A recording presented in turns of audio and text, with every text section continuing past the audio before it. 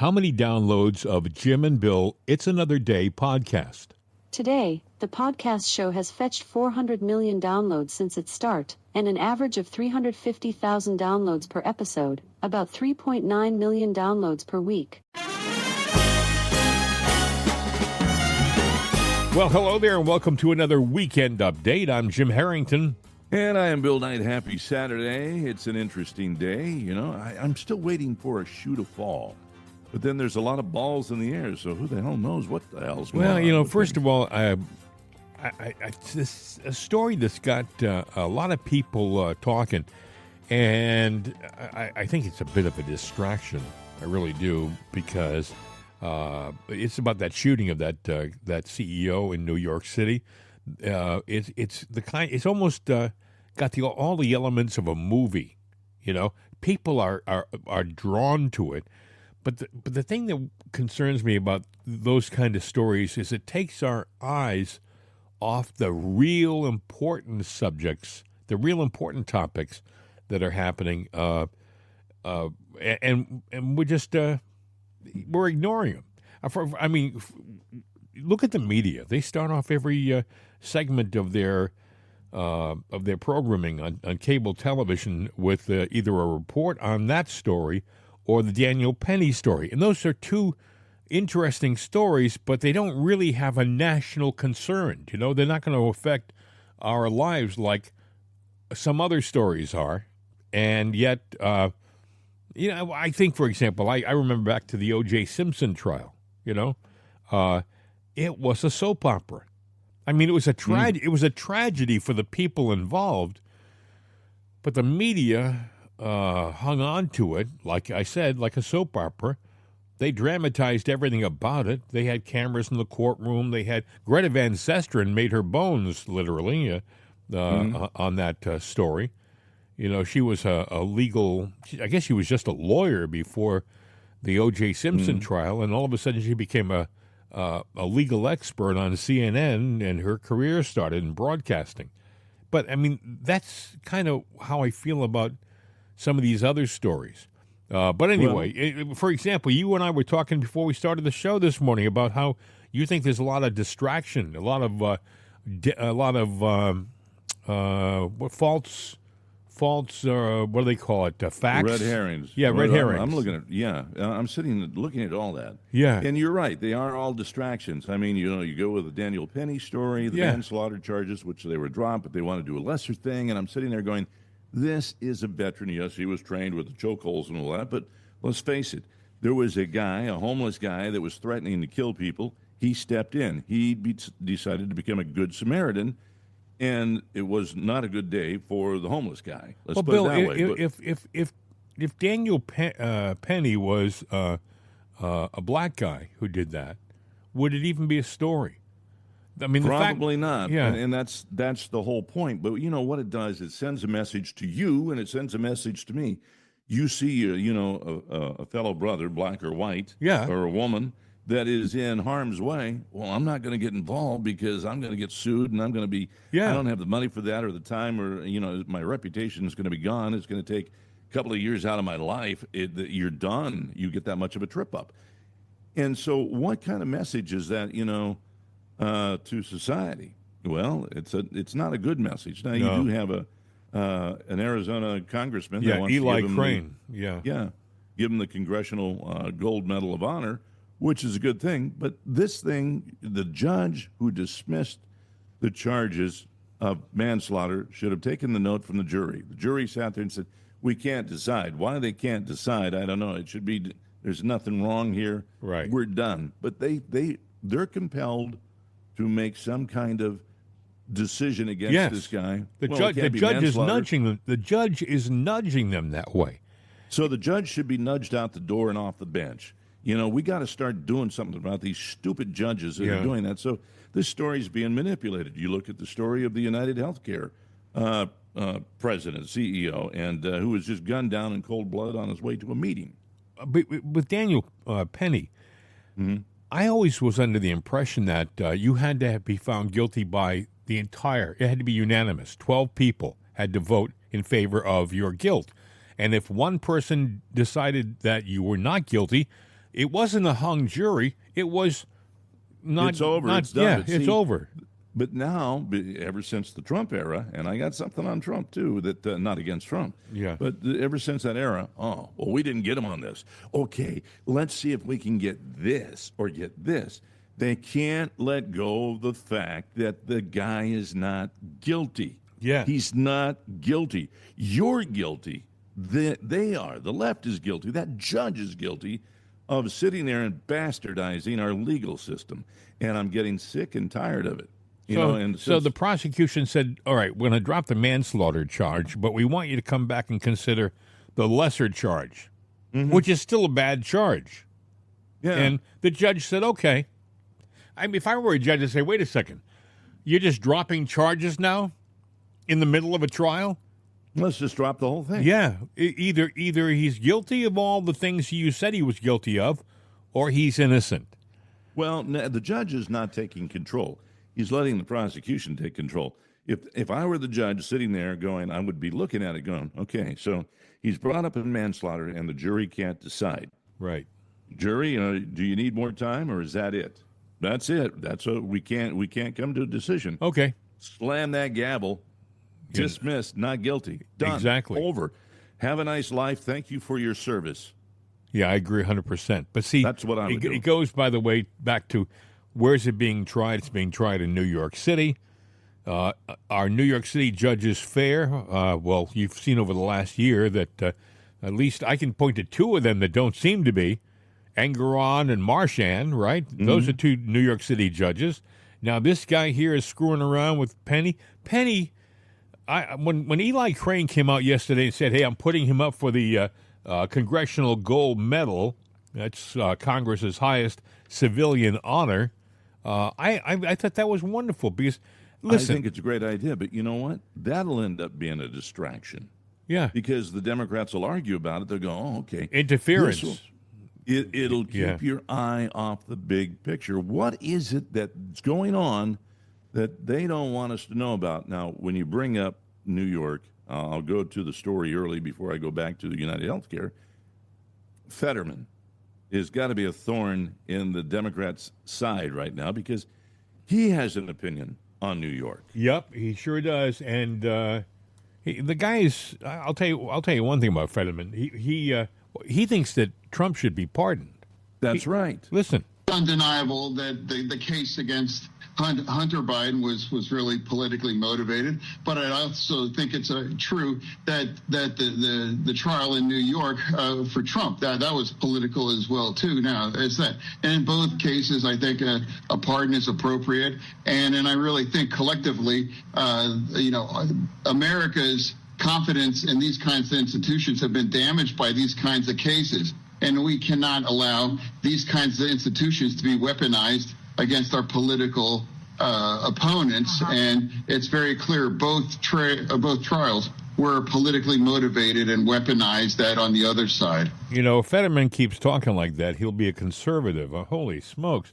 Yeah. But, Hunter was not really politicized. He's still a party guy. And he's protecting the party because, you got a guy with the gun charges, the drug charges, and everything out there that's just obvious. And in his own book, he admitted guilt. So Hunter is a horse of a different color here. But, if you're trying to say the tit for tat thing, that's a right. Small tit for tat, right. Compared to what they have done. So I agree that he's right. Pardon Trump. What I'm concerned with coming down to the end of the Biden administration, there's a lot of talk about him pardoning all these different people. Milley, the former Joint Chief, that turncoat, that politically correct embarrassment, Mark Milley. Apparently they're talking about a pardon for him. Now, again, he hasn't been charged with anything. But he did he backstabbed the president. He's the guy, Bill, if you remember, he's the guy who bragged about the fact that he went behind Trump's back and talked to the military leaders in China and said, hey, look, don't worry about anything. If we do anything, if we were to launch anything, I'd contact you first and let you know. I mean, where I come from, that's Benedict Arnold treason. Do you know? And this and this guy thought he had the right, and it was within his purview to say this to the Chinese. They must have looked at him and thought, "Where did you come from, pal? You know, you're too good to be true."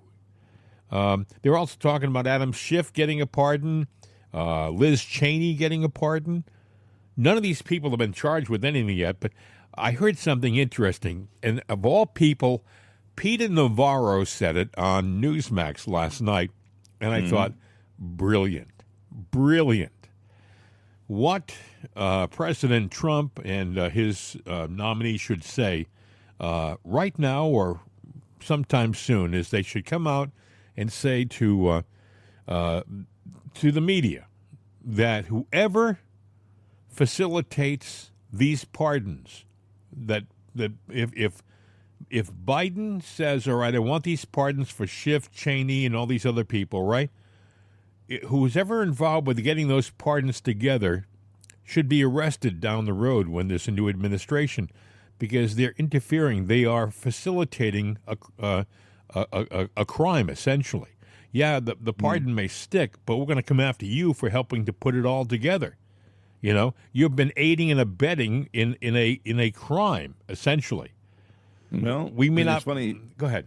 It's funny he says that, because there was somebody out there that was going, yeah, and in these pardons, he may pardon the media too. You know, there's a big blanket pardon. You got to imagine somebody with a woven coat, but it's got a lot of little threads dangling. Yeah. You know, and so you got to pardon every thread, because if one of them gets pulled, the whole thing comes apart, and you're naked. And that's, you've lost your coat of cover. Yeah. And that's what's going on with the Democrat Party, because there's a lot of little threads there. You pull any one of them, and it all comes undone, and they're revealed. And once it's revealed, America's eyes will be opened, and they don't want us to see the truth. Yeah.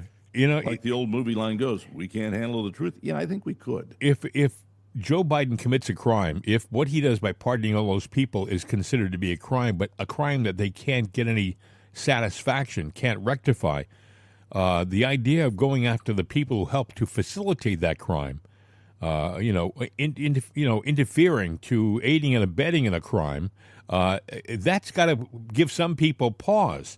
If you're working in the Justice Department, you get an order to put that pardon together for so and so.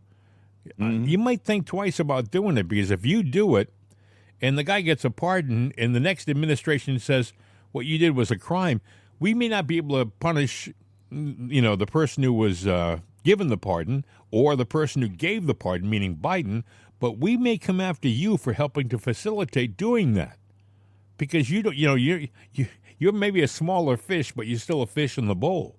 Well, I got a question for you. I mean, I've always been amazed by pardons. Because really, it's, except for the waving of the wand, it's like kings and queens here, and, well, the king says, you're pardoned. We don't have a king. We have a president. We have a country by, as the Democrats say, the rule of law. So really, it is just a kind of like a courtesy. But courtesies can be rescinded when something is proven that it deserves to be rescinded. Well, I have often thought, Bill, if they committed murder, does the pardon last? Does it stand? Well, that's what I'm saying. Now that we've got a pretty long-standing run of the Senate, and we still have Congress, and there's probably got to be some other people on the other side say, these pardons can go both ways here. Maybe we need to put a mechanism in there that if the people's will is, I don't agree with that pardon, just like we vote for a leader, maybe the people, if the voice of the people say no, there's got to be a mechanism that says that pardon don't stand. Well, they're talking about if he were to come out with the this, by the way, there's never been in the history of our country the use of pardons like they're talking about using the pardons here. Never. I mean, there's been maybe a couple of guys here, a few people there. They'll give a presidential pardon to people who have been sent to prison wrongfully and stuff like that, and people we've never heard of. But for the president to give a blanket pardon to all these people who haven't been charged with anything yet, to just sort of cover them for stuff they've they may get charged with. That's never been done before. And so there's been talk that they may challenge it in the Supreme Court. Say, is this legal? Is this lawful that a president can exert this kind of authority, control? He can actually, like you said, like a king, be gone. You are hereby dismissed of those charges. I mean, that's nonsense. That's what the Democrats and Biden is doing exactly what they were trying to accuse Trump of. It's not about kings, and well, okay, then why are you showing me an example of that's exactly what you're doing? So there's got to be a mechanism that undoes that, and I could never imagine myself in a situation where I would need to be pardoned. But then again, I look at the guy we talked about earlier, Daniel Penny. This judge is going to find any way to put him down. He would be a guy that I would say is a candidate to be pardoned, because that whole case is a big steaming pile of But the manure. only person who can pardon him is Hochul. He can't be pardoned by the president. This is not a federal crime; it's a state crime. So, and she is the governor of. She's a consummate political animal. Yeah, and it's New York, Colorado, California, the three states that are against Trump's immigration. They're their own entities, and to be honest with you, you've got to hit them where it counts. I mean, if you're planning a vacation to California, screw it. There's other beautiful places to go. Yeah, New York. You can celebrate New Year's. Oh, but there's got to be a else. way, Bill. There's got to be a way that our federal government can straighten these states out. I mean, if states become so rogue, seriously, if states become so out of bounds, meaning there are a lot of illegals in California, and now you're hearing people like that state senator Padilla in California, who's literally challenging the federal government. You just try to come in here and touch these residents. We have rules here in California, and we're not going to just sit by and watch you do. No. If those are criminals, if they are here illegally, see, they don't know the word illegal, Bill. It doesn't seem to. Somebody should sit them down and show them the definition. We have laws. Those laws have been broken by these people who came into our country. There, and it doesn't go away over time. Meaning, if I rob a bank and I'm successful and a year or two goes by, it doesn't mean that I'm any less a criminal than I was the day I did it. I should still be going to jail. So these people, just because they settle into a community in Los Angeles and they start to get jobs and they start to get to know people, the fact of the matter is they're still here illegally and they still broke our laws. And we are we're supposed to be a country of laws, of just laws. I'm not saying be cruel to these people. I'm not saying to, put them in shackles and drag them to the border. I'm saying that there's a dignified and a humane way of handling this, but they can't be allowed to just, turn their backs on our laws. They're here from the first day of them being here. They're proven that they're not good citizens because they came here without paying any attention to what we do here.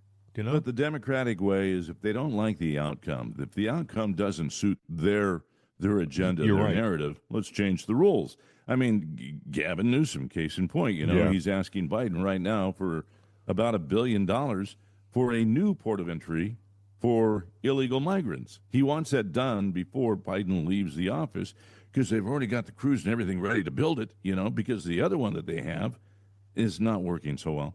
So they want to do it again. They want to keep the flow of illegals coming across the border.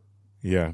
Well, I also think, call me crazy, but I think that people who aid and abet in the breaking of our laws should be arrested, including, dare I say, people like Gavin Newsom. See, that's the thing. Joe Biden and Alejandro Mayorkas and even Kamala Harris, the border czar.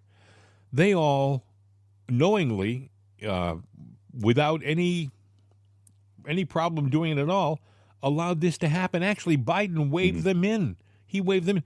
Is that not treason?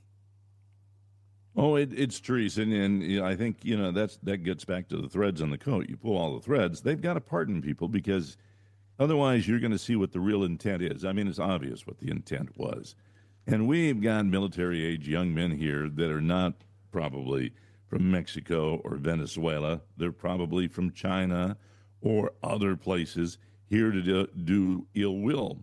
Who knows? Maybe the guy that did the hit on United Healthcare might be a foreign agent, young foreign agent that was his job to come in and do that. Yeah. No, I don't think that people are saying, well, Trump's going to come in and act like a dictator and he's going to start throwing people in prison. It's going to be terrible. He doesn't have a right to do it. No, this is called justice. You hear this from the left, MSNBC, CNN. They're talking like they're frightened little people. Oh, he's going to do terrible things. No. If you've done something wrong over the last 4 years and you've done it, without any restraint, this is the price you're going to have to pay. It's called breaking the law and penalties, and if it means that someone in a high-profile situation ends up going to jail because they did something that was wrong, so be it. Am I right?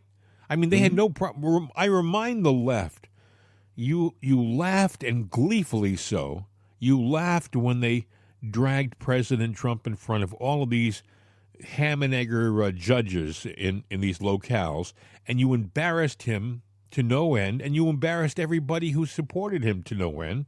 You didn't give a damn about us on the right, nothing at all. So, this is called paying the piper, except I think, in all honesty, if there's a penalty to be paid this time around, it's going to be a just one.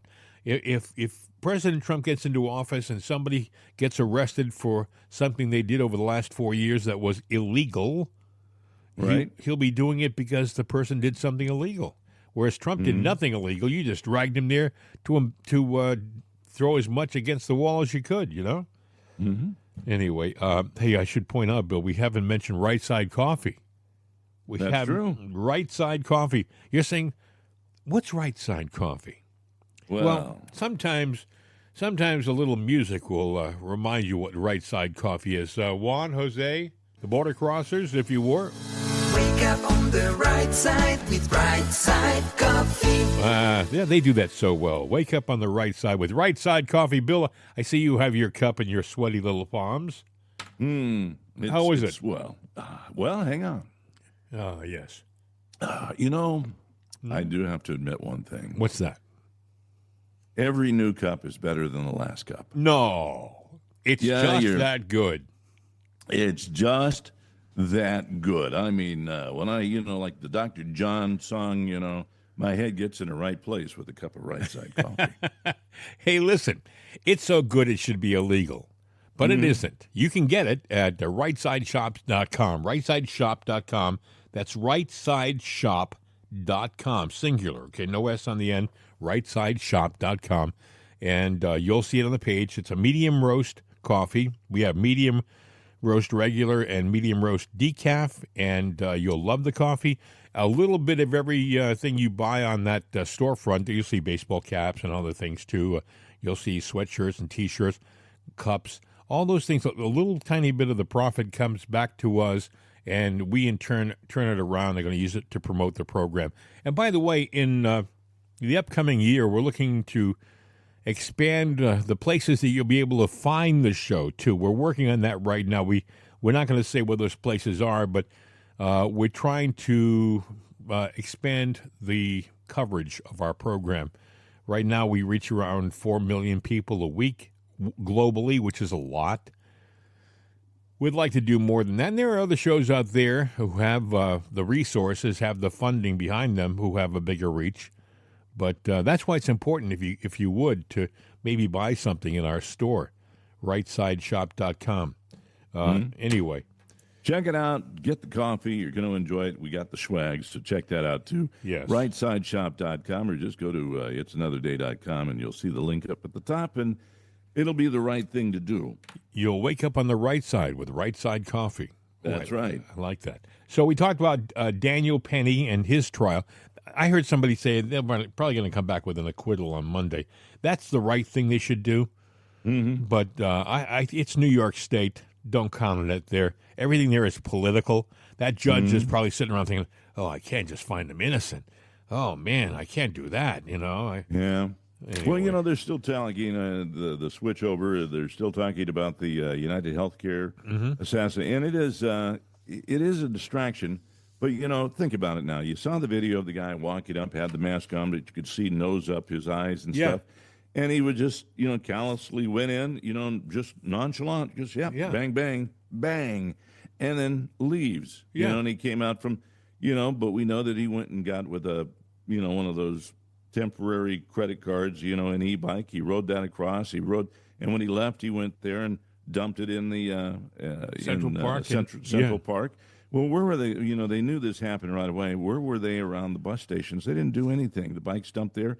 Then you see him without the mask. I'm going in there going, oh, he's such an idiot. It was a cold, callous killing, but he's not going to get out of New York. We got him trapped to a neighborhood. This kid, he's just a kid. He's dumb, he's really dumb.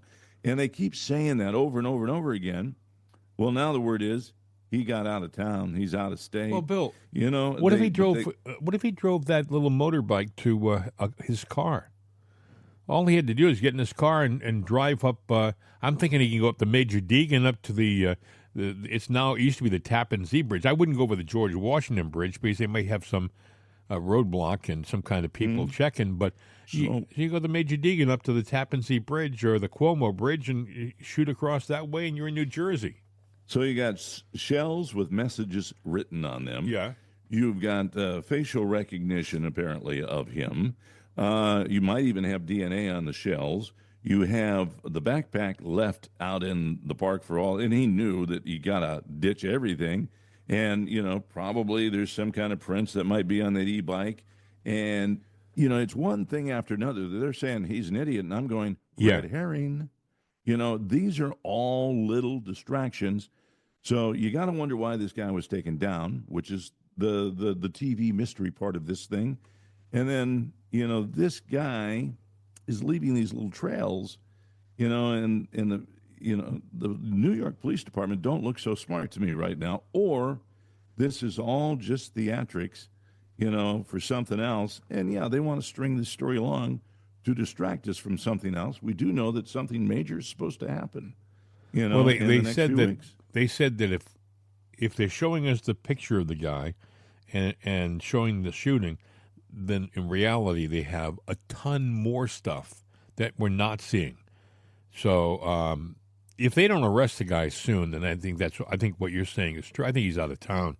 I mean, he could be in Mexico. They said last night, I saw in the news. Yeah, they asked one person in the case. They're going, yeah, we now believe he's out of town. Okay, so I'm sitting there going, if this kid was this stupid and left all these clues, how smart does that make you that he's out of town, he got away, and you don't have any intel on him? Are they going to arrest somebody? Yeah, but I'm not sure that it's going to be the actual if the guy, person, and I don't know that we're ever going to get the true story. If the guy went to Newark and hopped on a plane to Mexico City, he'd be there in like 4 hours, and by the time they finish their first coffee in New York, he's already down in another country, just fading away into the fabric of that country. I mean, he is. They say, oh, he's not a professional hitman. He wrote on the bullets, and he did all those things should be distractions. The guy actually may be his whole process might be to commit the crime and to distract. Do you know what I'm saying? They're not taking that into consideration. I hear people saying, well, he's not a professional hitman because a professional hitman would do it in a more private place, and he wouldn't leave clues lying around like the writing on the bullet casings and stuff like that. Well, unless the guy figured he would just confuse the issue and distract you and lead you down rabbit holes like Bill was talking about.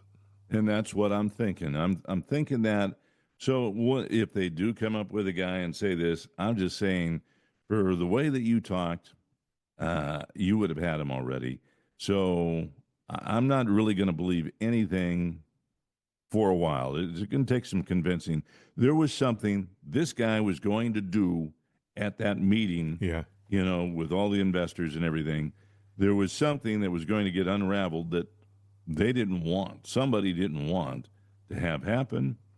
And the easier thing to do was to take this guy out. A lot of people saying, what they did. What was he doing there at out at 6:45 in the morning? Guy was worth, by the way, his salary is like in the millions, not like 1 million, in the millions. And tens or hundreds of millions. Yeah, he made big money. But the simple fact is, and getting up early like that. I mean, I've been to Chicago when I was in broadcast.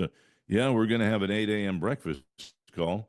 I was up at 5 o'clock, and I was, out to get a walk of fresh air and coming in, at 6:45 or 7, get some coffee and whatnot. I mean, we would do certain things. So he was wearing. It looked like he was wearing an overcoat. Maybe had a suit on already. My question is, how did that guy know he'd be walking out the door? That door at at that time in the morning. Well, was he summoned? Was there a meeting?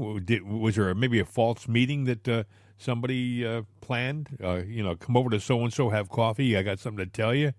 Well, now that could be inside. That could be somebody inside the company that did something. Maybe there's something with the numbers that they didn't want him to know or get revealed. Like, hey, we got some things to go over with you. Can we do that before the meeting? I'll meet you in the cafe. Yeah, sure. I'll put my coat on. I'm going right over nonchalantly because he's, from what I understand, pretty nice guy.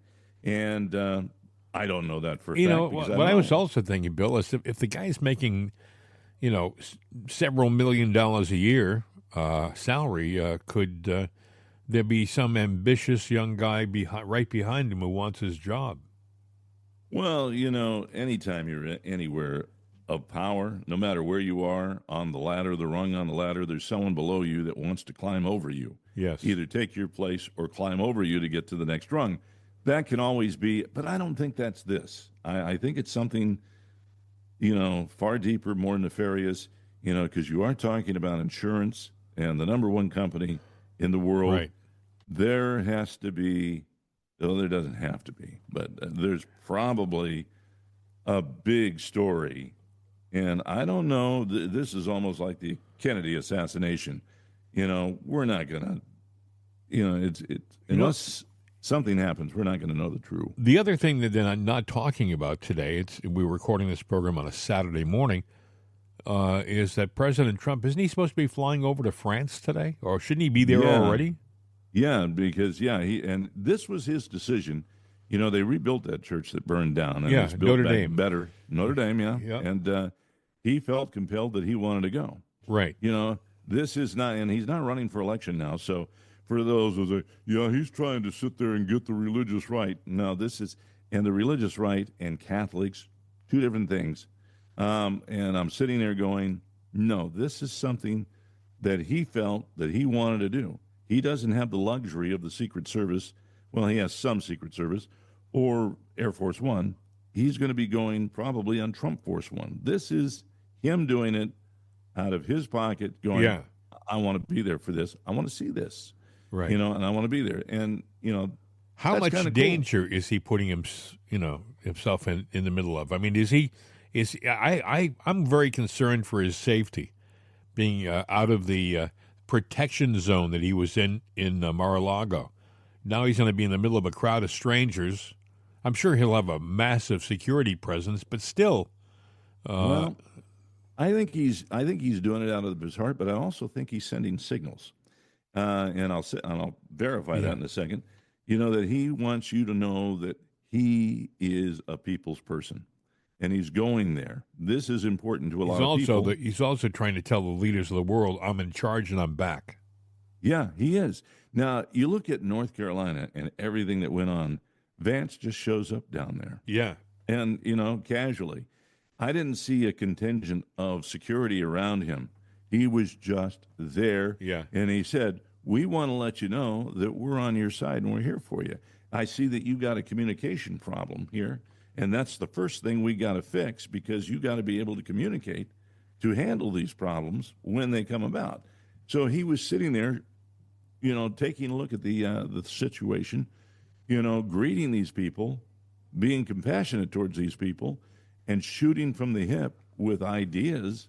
And I'm like going, that was pretty impressive to me. I don't live in North Carolina, but if I were one of the people that were hit hard, I'd be going, was Kamala here doing anything? You know what I'm hearing? I'm hearing from people who are living there. I'm hearing that they're getting no real help from FEMA. Right. And as a matter of fact, James O'Keefe has a new video. He's posted it. You can see it on Gateway Pundit has a link to it, where apparently FEMA built this big, they call it a lodging site for their people. It's like a camp. I mean, a lot of money went into this thing to make this, quote, camp. They put a lot of their resources into building this thing for their people, but they're not out going door to door like they should. Do you know some people are just seeing FEMA for the first time this week? They're still looking for people to go down and volunteer. Now, some of the people get to stay with the FEMA stuff. Some of the people don't. I know somebody that went down, not a high person on my list, but they went down through their church, and they're down there going out and going through the stuff. And I'm like going, it's got to be interesting. I mean, they don't know that territory. I know the territory. I used to live down there, back in the 80s, my rookie years in the business. And it's a beautiful state. There's a lot to offer. But it got devastated by the waters, the winds, that dam breaking. And, you're going to find bodies. Somewhere like old World War II bombs that got dug up or accidentally found 30, 40 years after the war, you're going to find bodies 30 or 40 years down the road, because when that earth dam washed away, or the dam broke and took all, the trees, the ground, everything. Oh, just buried a lot of victims. A lot of you get buried 10, 20, 30 feet down. How are you going to find that? That's true. I have a brother-in-law who lives down in that area, and it's like you said, it's a beautiful area. I've been down there, but he's in Raleigh, or out suburbs of Raleigh, but I would think that's in that general area of western North Carolina. And, well, everyone always thinks of Raleigh from Mayberry RFD, and actually, that's in a different portion of the state where the real little town is. But you've got the Research Triangle. I lived in a place called Cranberry. If anybody's from Raleigh down there, they know exactly where Cranberry is, the mall up in the woods there. I lived up in the woods right up there. They were developing. But it's a beautiful area. Loved it there, but, it was terrible what happened. They have a cranberry around here, too. I guess they got cranberries everywhere. Other things going on. Western powers are preparing, would you believe, for a golden exile in London, of all places, for Zelensky. Yeah, Volodymyr Zelensky. Apparently, Trump is saying, look, we're going to drag you kicking and screaming to a peace table. You're going to come to some kind of an agreement, or it'll be curtains for you, I guess. And then I guess what they're doing is, when they come to an agreement, they're going to have a new election, and they're going to take Zelensky and ship him off to England, but they're going to guarantee that he lives in a style that he's become accustomed to. That's not fair. No, it isn't fair. He's allowed his country to be blown to smithereens and a whole generation to be wiped out, but they're going to make sure he's comfortable. Well, I'm not casting or anything like that, but if that happens and he goes there, one day you're going to wake up in the news, Zelensky has been done away with by someone. Well, that's happened. During the days of the Soviet Union, there was an exile living in London, and I think he was walking across a bridge, if I remember the story correctly, and as he was walking along, somebody went by him and had an umbrella with a poison tip on it. and he just poked him with the poison tip, and that was the end of that guy. And they believe it was a hit from the Soviet Union. You know. No, well, then they use that. It's not plutonium. It's the. Something like that. Yes, they did, and he became irreversibly sick. It's so deadly. I forgot what the it's like plutonium, I think. It's like well, it's a derivative, but it's radiation.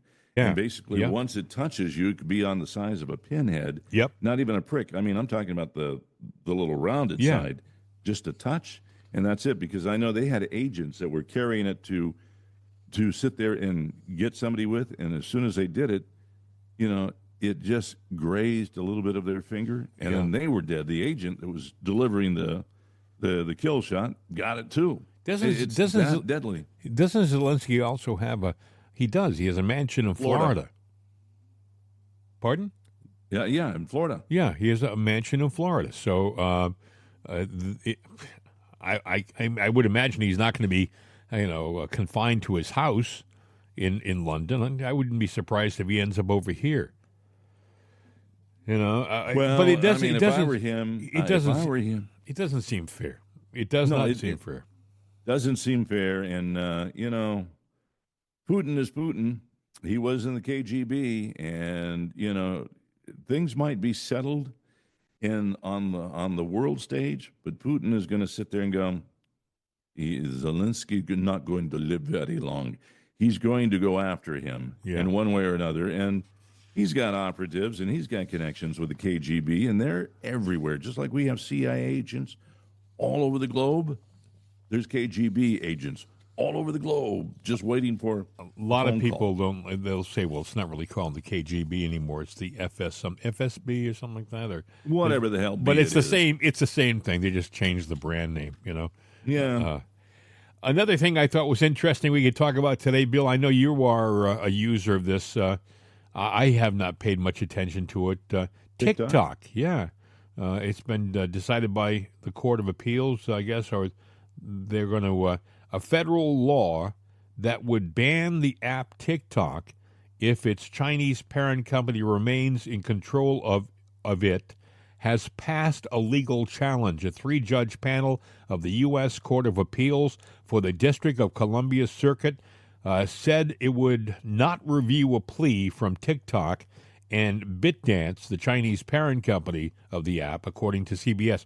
So apparently TikTok wanted something reviewed. Hey, please look at this law and see whether it's really something that they can enforce. And the appeals judge said, no, we're going to leave it at stand. The law takes effect January 19th. President Joe Biden can delay the ban for 90 days if a sale is in progress at that time. The potential TikTok ban came as legislators of both parties said that its 170 million American users could be spied on by China. I don't think that's what they're worried about. I think what they're worried about is that people have used it to, it was a popular thing, and it was a nice way to, you saw a lot of conservative people or people with conservative sway, getting out there and spreading their message, and it went viral and got around. Even Trump used it. Now there's also transgenders that have used it. A lot of people have used it to get political sway. Now they're saying, well, TikTok won't be around for them to turn people's minds to mush, but I think there's bigger fish to fry than TikTok. If you want to go after China for influence, maybe we should sit there and say you need to quit buying property around American military bases. Yeah. Maybe we need to sit there and that's the thing we ban first, because propaganda and swaying and the mush of people's mind, well, we've got things like, it used to be Twitter, but Elon took care of that. But you still got Facebook. They sit there and they mute anything that's patriotic. They take that away. So maybe we ought to ban Facebook. Yeah, what they say, and I don't know much, like I say, I don't know TikTok like you do, but they say there are actually 2 TikToks. There's the TikTok that we see over here, and then there's the TikTok that they see in China. In China, The TikTok apparently is more educational. It points to the strengths of the country and of the youth. It tells them all these great things that they're doing. Over here, you see goofy videos, cats chasing dogs. I mean, stupid stuff. It's stuff. It's mush. It's mush. It's nothing with substance. And I don't know. I know that Donald Trump said he's not in favor of them being just summarily dismissed. I think he's, because of his stance on free speech, he doesn't think that they should be closed and sent away.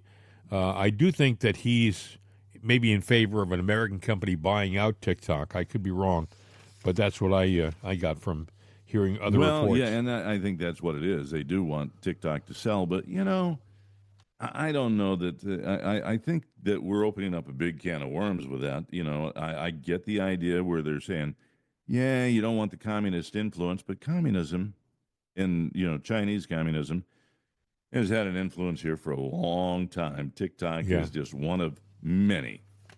It'll be interesting. I wonder what will happen if China decides to send a balloon over our borders this time next year, like they did during the Biden administration. Will it be allowed to just sail, float aimlessly across our country, or will it be nailed just as it comes across? I think it'll be a whole different approach. Hey, I don't know if you saw this or not. This is from Romania, of all places. Romania has annulled the results of the first round of the country's elections on the grounds that Russia interfered in the outcome. Now, let me explain something. From what I understand from reading stories on this, the person who was elected new president of Romania is a conservative. He's a non-globalist. He's kind of Romania's Donald Trump. Well, I guess he won by a squeaker, they say. And so what did the country of Romania do? They decided, okay, we're going to do all the elections over again in the future. We'll let you know when the new date for the new elections are. They actually just canceled the election that the guy had won. So, I mean, if you think this is corruption just in the United States, no. Well, if Trump had only won by a squeaker, they probably would have canceled it here. But, you got little Timmy Waltz running around going, I don't understand how we lost. Yeah, I do. No, Tim, you guys, I don't know, your campaign was a sham. That's what it was. You never had any numbers to begin with. And Kamala's out there warning people, and Democrats actually, that they need to be careful about, how fragile their budget is. And I'm like going, girl, you went through $1.5 billion. Listen, I got her saying it. Listen, it's going to be an important year next year, and I know that's part of what the conference has been about. To think about how we are going to use the limited resources we have to serve the greatest number of people and to lift folks up. And so I am here also to thank you in advance for that pledge that you have made and continue to make.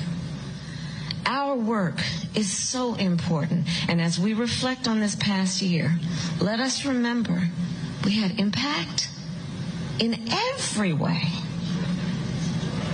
And we have taken on the work of building community and coalitions. That's what we do and do so well. And in particular, that's what members of this organization do. So let's stay committed to that. But you all are the soldiers on the ground and in the field.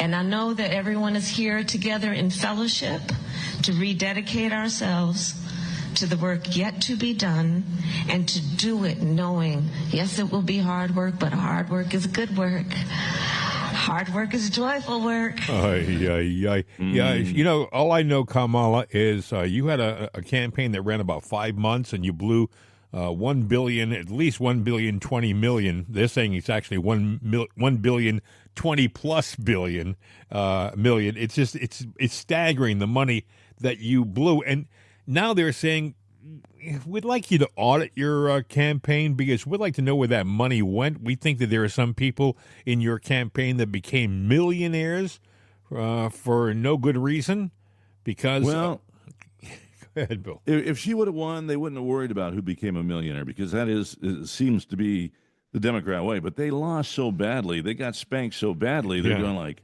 you know what? Okay, we got a problem with this because nobody benefited, but a couple of people on her side, and her crocodile tears. Forget about it. She doesn't care that she blew through $1.5 billion. All she cares about is she didn't get a feather in her cap, and she thinks she's going to come back.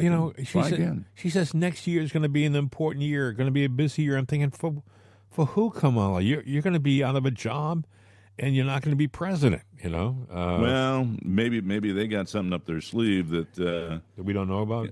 There's something that stinks in the wind, and no, I wouldn't doubt it. I'm wondering if they're going to try to do another January 6th toward the inauguration of President Trump.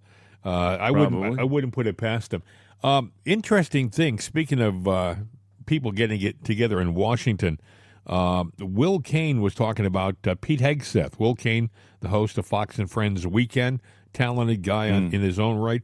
He has a podcast, and he was talking about Pete Hegseth's nomination. Listen. Well, I just got off the phone with Bill Brown. Bill Brown is a member of the Navy SEAL Foundation, a leader in the Navy SEAL Foundation. He's a combat veteran. He is the leader of the Navy SEAL Swim, which you and some of you who are listening and watching are members of the militia have participated in, like Brent Siriano. If you've ever participated in this, you know something about honoring America's warriors. I just got off the phone with Bill Brown moments before I came on air. Part of the reason that I come to you today is sort of free. I don't mean free like I'm unencumbered or just want to tell the truth. That's me every day. But I don't have an outline. I don't have my 1, 2, 3. I just have what I'm pouring out to you today. Well, Bill just told me moments before the beginning of this broadcast that over 100 Navy SEALs have organized and committed to march on Washington, D.C.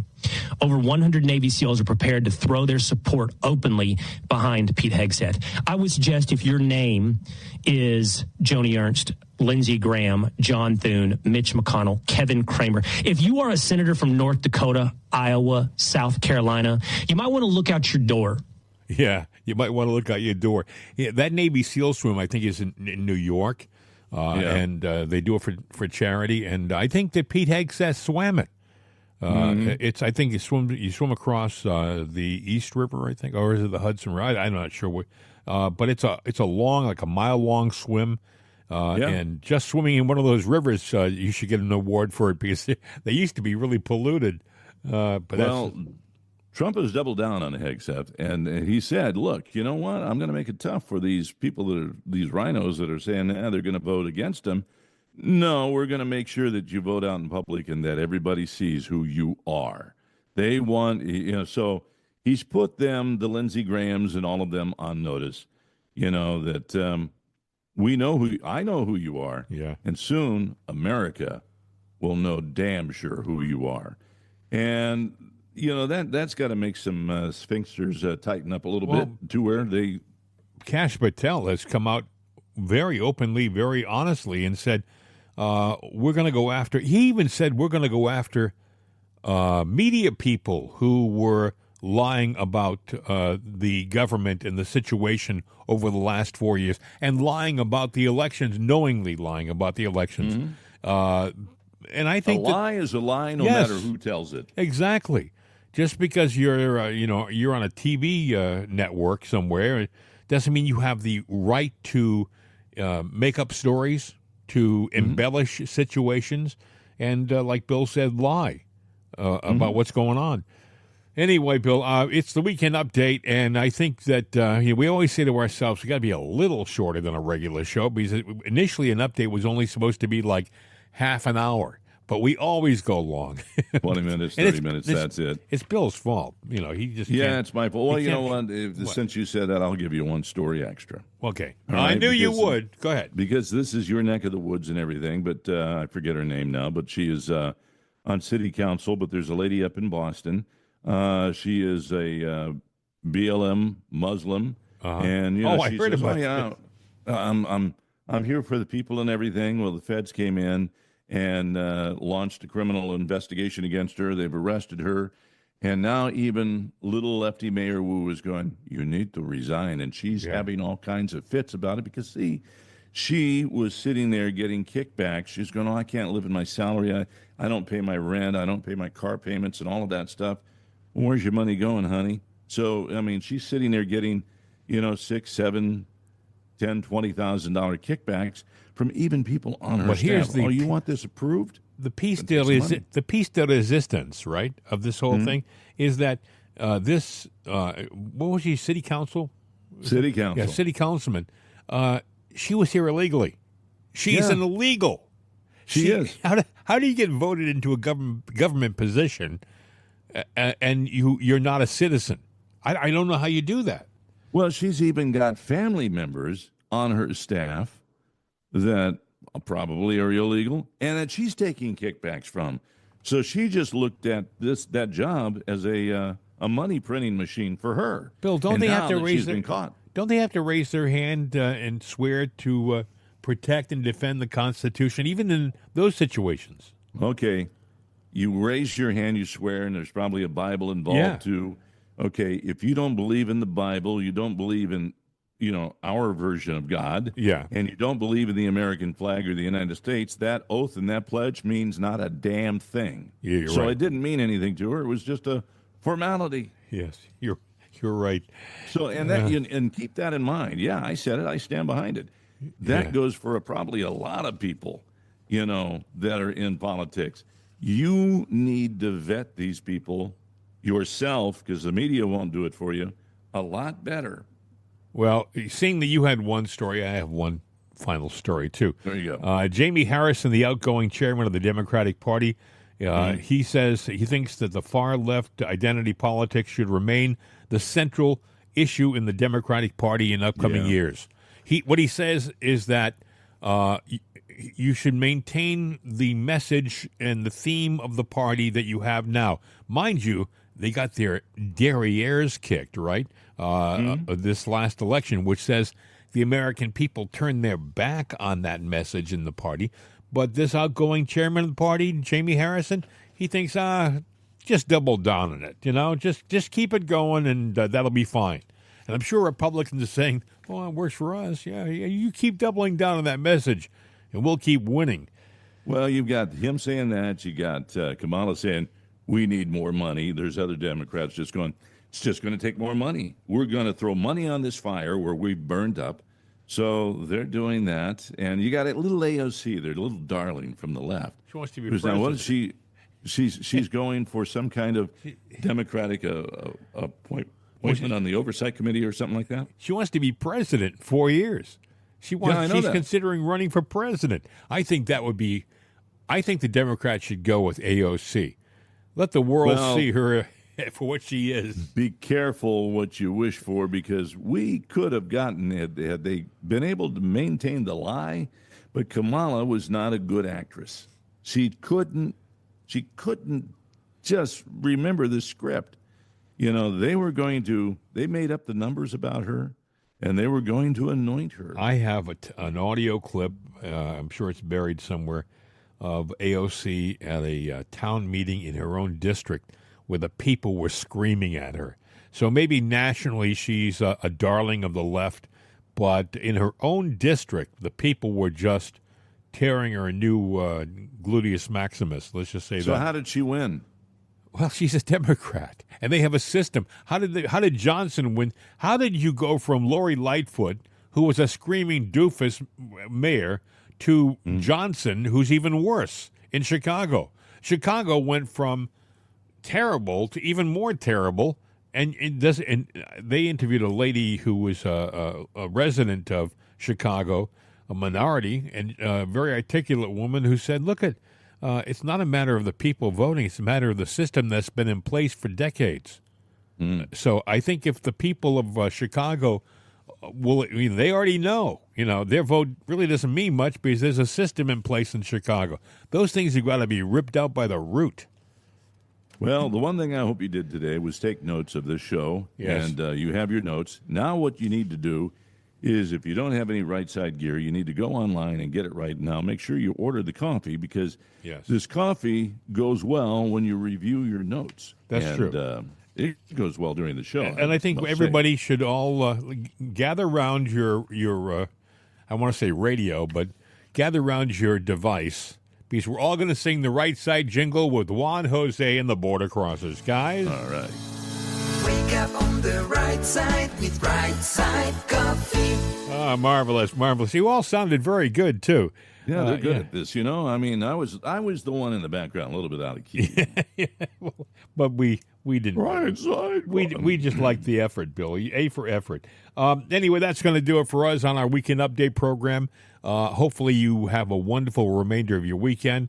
With a little bit of luck, it'll be a safe trip for President Trump while he's over there in Paris. I'm concerned, I'll be honest with you. I won't feel better, and I won't feel comfortable till he's back in the protective confines of Mar-a-Lago.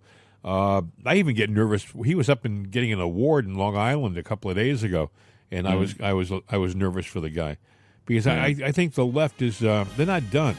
They're not done. They don't want him to be president. They're cooked, but they're not done, and they're gonna throw another something into the works here. Yep. So you never know, but you know. Until, you know, we're going to have a lot to talk about on Monday. So Yes. I guess until we talk on Monday, there's only one thing left to do. What's that? Hasta la vista, baby. We're out of here.